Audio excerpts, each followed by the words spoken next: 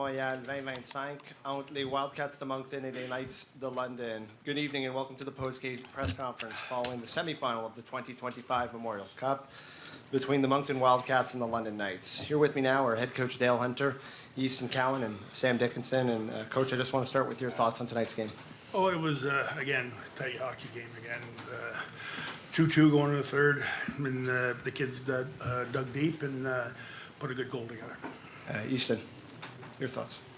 Yeah, all around, I thought that was our best game of the tournament so far. Had a really good first, kind of laid back in the second. Then our third was definitely the best period of the tournament so far. So it was good. We had everyone scoring today, lots of depth, and a huge win for us for sure. Sam? Yeah, kind of like both of them have said, just happy with the result. Strong start, strong finish. So I think now it's just going to be looking to be a little more consistent. Questions, just raise your hand up and Nikki will pass you the mic. Dale, when the game was tied there, is that a case of a good player like taking charge and willing on that goal or on the Blake Montgomery goal, taking it up the ice and making a good Yeah, you got a little bit of room and he took it hard through the neutral zone, backed all the D off, and then with Monty's speed too, both guys are fast players and ended up hell of a pass, hell of a goal. Sam, how often do you make that backhand pass in practice, or is that something you work on, or was this an original tonight? Not really. It's something I work on a lot. I'm not normally in a situation like that, but no, it's just kind of being creative with the play coming on. Obviously, getting down the wall, saw BMO going to the net hard, and I figured he'd have a better chance to put it in than me on my backhand, so slipped it over and made a nice finish. There's a question for Easton. What does it talk about the resiliency about this group, starting from a 2-2 tie and then just taking charge in the third? Yeah, I've said it the whole tournament. I think our experience just took over there, and we got a lot of older guys in this team, a lot of guys that have been there. So definitely huge to close that out, and just a great play by Dickey there to get us going. Back there to Terry. Dale on the play with Jacob finding Nurmi out in front. Does he call that? Does that come from the bench? Who's calling that play? He calls it usually, and sometimes him and Stedman, Ricky Stedman, they talk before, but he's got to read the play. He has to read how their formation is. And also Landon Sim scores one, blocks a whole lot of shots, plays his game. Just tell me about him tonight. Well, he's a battler again. Guys blocking shots, no stick, and it's hard to get in the lane. They're mobile D, and it's hard to stay in the lane. And he did a great job. Easton killing the power plays were 5-1, and they got a couple early to tie it. Just tell me about how the PK improved, or what you guys did differently there to take it away late. Yeah, we just stuck to our PK system a bit more there late in the third, and those are big kills. Your power play and penalty kill got to be clutch when it matters, so that was definitely huge. Question for Sam. Just it's been over, I think it's early March last year, the last time you guys lost twice in a row. Just how tough is it to achieve that level of excellence? What's the key for this group to maintain that level of excellence night after night? Yeah, I think it comes down to the consistency that we play with. Every night we come in, we want to win, and I think that's the big thing. Losing one game is, it's going to happen, but the thing we say a lot is good teams don't lose 2 in a row. So we just kind of live by that and go in after we lose and know that we have to come out hard.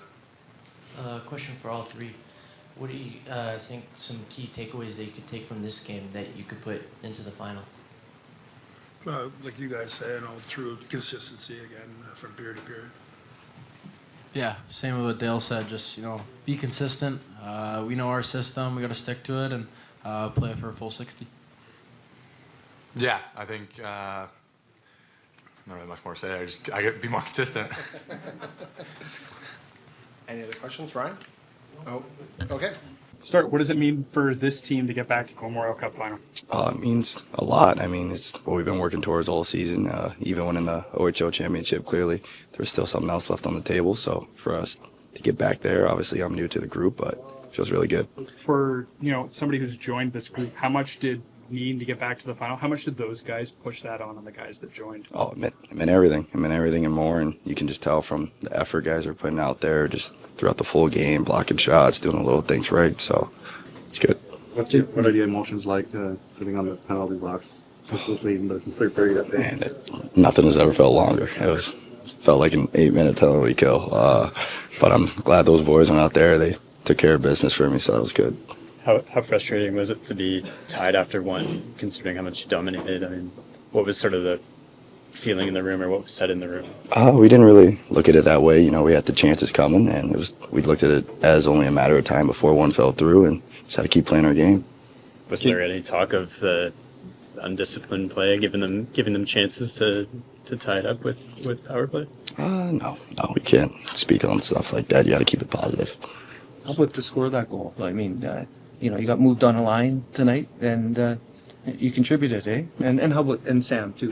Talk about that play. Yeah. Oh, it was an amazing play. Dickey's one hell of a player. I mean, once I saw him going down the wall, I knew all I had to do was get to the net and he would find me, and sure enough, he did. So I don't really care where I am at the lineup. I just want to help this team win, and wherever I'm at and wherever I can do that, that's good for me. Was it right in the tape? No, oh yeah, right in the wheelhouse. So, oh yeah. And a beautiful play. Jesse Nurmey's a guy that works so hard. How about him popping that one off? It's amazing to see him get rewarded for all his effort. I mean, look at that guy killing penalties, blocking pucks, night in and night out. So for him to get a big one for us there, it's awesome.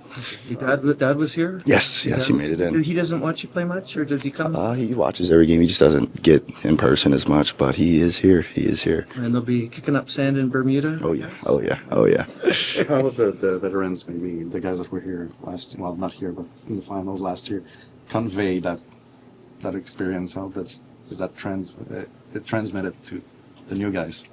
It makes you feel a lot more comfortable, more like belong here or so, and they've been through those situations, so they're a lot more calm, and when you see them being calm, it helps you out as well. So just seeing them set the tone and lead by example is good for all the guys throughout the lineup. Do they say anything on the bench or in the locker room, or it's just general? General. Yeah. Just what does it mean for this team to get back to the final? Yeah, it means everything. We were kind of playing for this all year to get back in that game. It was the worst day of all of our lives last year, losing that final game last year, and to finally get back to that game, I'm super, super happy. Tied after one, tied after two. What does it mean that this team was able to come through in the third period? Yeah, we liked how we were playing the whole time. We just had to stay with it and stay resilient throughout the game. We took some penalties. Our kill did a great job. Elliott was, as he's been, awesome in that. We played hard. We blocked shots. We bared down. We got pucks out, and we got the game. So yeah. On your signature shift there, have you ever played a longer shift without a stick before? I don't remember. No, probably not. That's one thing I take pride in, blocking shots and fronting pucks, so I thought we did a good job. All the boys did a good job not letting them in the middle of that shift, and, got the puck out, and yeah. Yeah. Oh, go ahead. No, you go. Oh, I was just gonna say, I was just gonna say, what happened in the final last year? You got ejected from the game, and they say that fueled everybody. How did it fuel you, and what does it mean to be back there? Get to maybe play the whole game. Yeah, I definitely owe our team one from last year, taking that 5-minute, and I'll be my best I can be on Sunday. Don't forget my question. This group, I mean, you've added new guys. A guy like Blake comes through tonight for you. How did you guys share how badly and how important it was for this group to get back to the final, to the new guys coming in? Yeah, we got a group that's been here for a while. It's kind of the last dance for a lot of us, and those guys that are new come in and see how bad we want it, and I think there's no other option but to want it as badly as we do. And seeing Nurmi score that big goal, Monty score that big goal. I think all 4 of our goals besides Cow's were our first of the tournament, and everybody stepped up, and that's just the team we have. We got guys that want to win so badly, and that's what we're going to continue to do. It came back to me, so Easton scoring the empty netter, he had a ton of chances earlier, and Brett looked frustrated. Do you feel that can help him maybe get the confidence going into the final? Or yeah, that's not a guy you want to give too many chances, and him missing a couple chances early, he's definitely going to go back and see what he can do to put the puck in the back of the net, and he's so dangerous. Getting that empty netter probably boosts his confidence a little bit, and he's going to be flying on Sunday. What kind of challenge do the Tigers present? yeah, you know, they beat us last game, and, you know, you've seen it the whole time. You know, after a loss, we come back hard no matter what. You know, we're going to be hungry next game. We want to win that game so bad. You know, like I said, last year losing, there's nothing worse than that. And we get a chance of revenge here. You know, there's 60 teams that get a chance at the Memorial Cup and to be the final two. You know, to get that chance 2 years in a row, there's you know, we'll be sure to be going. Do you almost like that you got to play a game instead of having a long layoff going into the final? Yeah, you know, last year we came out a little flat. You know, this year it doesn't really matter much. You know, you can think of it both ways, but we're going to be ready to go no matter what. It's a Memorial Cup final, so we'll be going. And you kept your calm, like with the penalty 5-1. You know, you guys have gone through that, Oshawa and a bunch of series.